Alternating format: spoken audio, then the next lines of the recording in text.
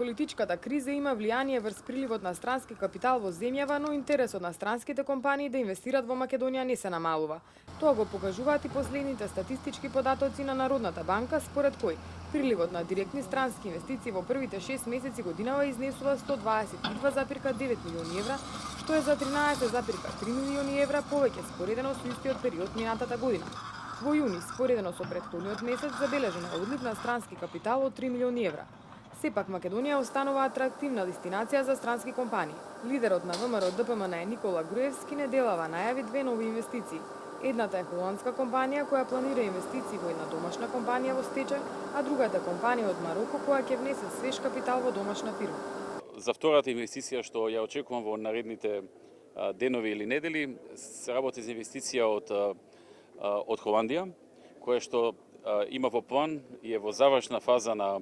подготовки да инвестира во една домашна компанија која што е во стечај во југо источниот дел на Република Македонија и чија што главна и основна дејност е земјоделието, каде што ќе вложат околу 9-10 милиони евра, ќе вратат на работа голем број на невработени луѓе, дел од нив отпуштени од претходното работно место, дел нови, така што тоа е инвестиција која што исто така ќе биде значајна и ќе значи не само враќање на вработени, него и модернизација, инвестиции во производството, во опремата, во модернизацијата, во нови методи на земјоделието, што навистина ќе значи едно унапредување на македонското земјоделие. Според министерот за странски инвестиции Бил Павлевски, од почетокот на годината над 17 компании најавиле и започнале инвестиции во Македонија, а до крајот на годината очекува уште неколку инвеститори да ги објават своите планови за инвестиции во Македонија. Според него, политичката криза има влијание врз приливот на странски капитал, но како влада продолжуваат да работат на привлекување на странски инвестиции, а со тоа и отварање на нови работни места.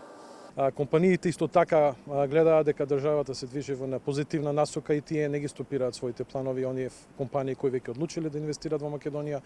како што напоменавте, ги отвораат своите втори, трети капацитети и оние компании кои имаат одлучено да инвестираат во Македонија, понатака